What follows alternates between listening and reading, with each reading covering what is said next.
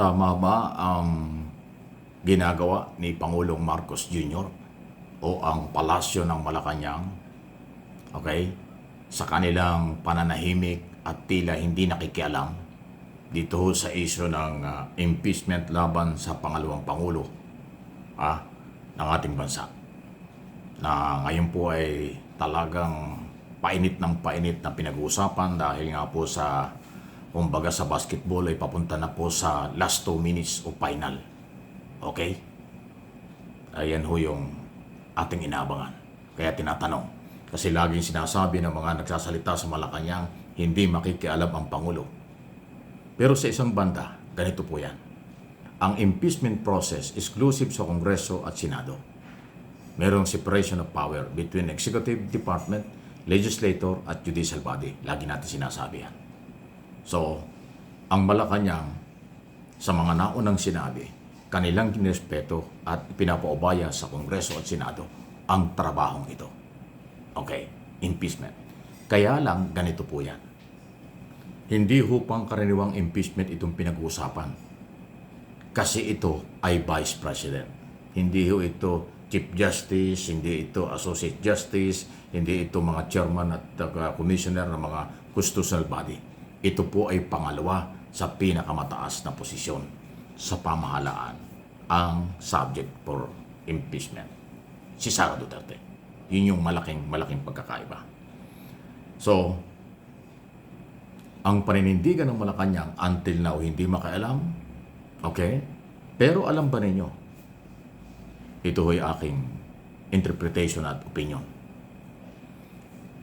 Kahit sino ang presidente ng bansa, pag ang pinag-uusapan ay national issue, nakataya ang political stability, ekonomiya at seguridad ng ating bansa, mayroon pong obligasyon ng presidente na makialam, mga siwa sa maraming pamamaraan para maging matatag ang political stability o maging matatag ang seguridad ng bansa at nang hindi maapektuhan ang ekonomiya at hindi maapektuhan ang buhay at kabuhayan ng bawat Pilipino. Yan po yung aking paniniwala.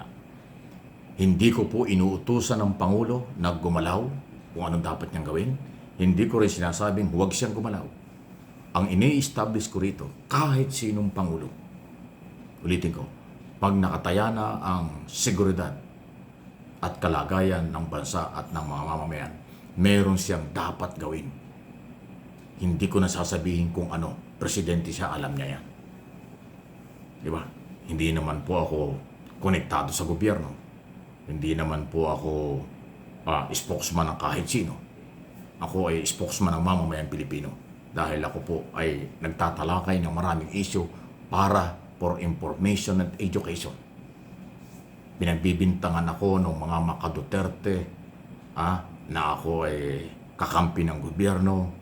Amo ko raw si Marcos. Paano ko magiging amo si Marcos? Hindi naman ako taga-gobyerno. Pag ikaw ay nasa gobyerno, automatic, ang boss mo, Pangulo. Elected, appointed o karir ka kasi parte ka ng gobyerno. Lalo na sa Executive Department. Ako wala naman ako dyan eh. Di ba? From day one, ako naman ay volunteer lang. Ala naman akong pakinabang sa gobyerno. Minsan hindi naman ako pumasok sa palasyo ng Malacanang. Hindi ko naman ugali yan. Marami na naging Pangulo at marami nang invitation sa akin na magpunta ko ng Malacanang kung anong ganon. Hindi tayo mahilig sa ganon. Natatandaan ko lang na nag-imbita sa akin yan nung araw. That ay yung executive secretary ng panahon ni Gloria, yung nasirang Ermita, kasi patay na si General Ermita. Ay kababayan kong Batanggenyo. Sabi niya, Mike, pasal ka sa Malacanang din. Nagpunta naman ako, kwento-kwento kami. Nakita ko yung kanyang opisina, maganda. Yun ang tandaan ko. At saka noong araw din, minsan lang yung grupo naman kami. Kasi nung kay Ermita noon, ako lang ang inibitahan, ako lang nagpunta ron. Tapos nung panahon ni Raymond sa Presidential Communication Office noong araw, grupo naman kami ng media. Nagkwento-kwento, kapi-kapi lang. As wala lang, ganun lang. Pero hindi sa Office of the President kung ano. Basta doon lang ho sa Malacanang. Mula noon, hindi na. Kasi hindi ko ugali ho yung mga magpa-identify sa isang nakaupong gobyerno o government official. Hindi ko style, hindi ako katulad ng iba. Napadaan lang, nakita lang sa isang okasyon, nagpa-picture na, nagpa-video, papalabasin, ay kaibigan ko yan. Maraming gano'n. Nagpa-picture lang, matagal na daw kakilala at matagal ng kaibigan. In other words, ginagamit yung ganong klaseng galaw. Ay hindi ko po hilig ang pa-picture eh. Hindi ko hilig yun. Pasintabi na po, kanya-kanya tayo. Dahil ako naniniwala, mas masarap magtrabaho ng pagiging independent. Lalo na ho kung hindi ka identify sa mga tao at personalidad, ma-oposisyon o administration. Kasi ganito lang yan eh. Pag malapit ka sa isang government official, ano man ang posisyon, sakali na pumalpak siya, sakaling meron siyang anomalya o anumang paglabag sa batas bilang government official, paano mo itatrato yun? Laging iisipin mo, kaibigan ko ito may utang na loob ako rito. O kilala niya ako, o nag-usap kami nito, o kung ano man ang ginawa. Di ba? Maiisip mo yun. Samantala kung wala kang pinagdaan ng ganon. Takatingin ka sa katotohanan. Wala ni gabuhok na iisipin mo ipagtanggol ko ito. Kasi kaibigan ko, ipagtanggol ko ito dahil kilala ko. Hindi ganon. Laging sasabihin, ganon pala. Baka nga pag-isipan ko, kaya ka pala gusto lumapit sa akin, kaya pala gusto mo maging kaibigan, meron ka palang illegal na gawain. Baka pag-isipan ko pa ng ganon. Kaya yung sinasabi nila na ang amo ko si Marcos, yan ay 1,000% fake news. Hindi ko amo si Pangulong Marcos dahil hindi ako taga-gobyerno. Hindi ako konektado sa gobyerno. Yun lang yun. Pag hindi pa nyo naintindihan, ay saksakan na kayo ng bahala na kayo kung anong gusto nyo itawag doon. Yan yung mga argumento at utos sa kanila kung paano manira ng personalidad sa tao na parang hindi na nila alam ang tama at mali. Ayun, di ba? Kayo talaga, kakaiba kayo. Okay? Any comment, reaction? Malaya po kayo. Samantala,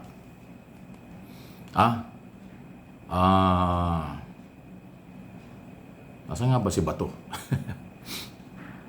Alam niyo, yung ginawa ng DILG at ng PNP na siya ay sinusumo ng PNP para magkaroon ng formal investigation. Doon sa di umano'y mahigit na 100 na complainant na dumulog sa PNP sa paglabag sa karapatang pantao ng si Bato ay PNP Director General pa during Duterte administration. So, formal na investigation, dahil hindi naman ang gusto nila, bakit dadalhin sa ICC samantalang meron tayong korte? So ngayon, kaya ito yung paraan para si Bato ay lumabas. Akalain nyo, inaangguluhan pa ng mga pro-Duterte na patibong daw ito. Mayroong nag-forward sa akin na comment na Senador Bato, huwag kang magpakita sa pulis. Bitag yan. Pag nagpakita ka dyan, huhulihin ka na. Hindi naman po gano'n. Ang sabi ng PNP, summon for investigation. Hindi aresto. Hindi ka naman pwedeng arestuhin kung walang warrant of arrest. At saka hindi ka naman aarestuhin pag under investigation pa lang. Tamang proseso pero inaanggulo, tinatakot si Bato. Sana si Bato hindi tatakutin. Sana hindi duwag si Bato. Pag duwag si Bato, baka nga maniwala doon sa fake news na yan. Alam ko hindi naman duwag si Bato. Bato nga yan, matigas.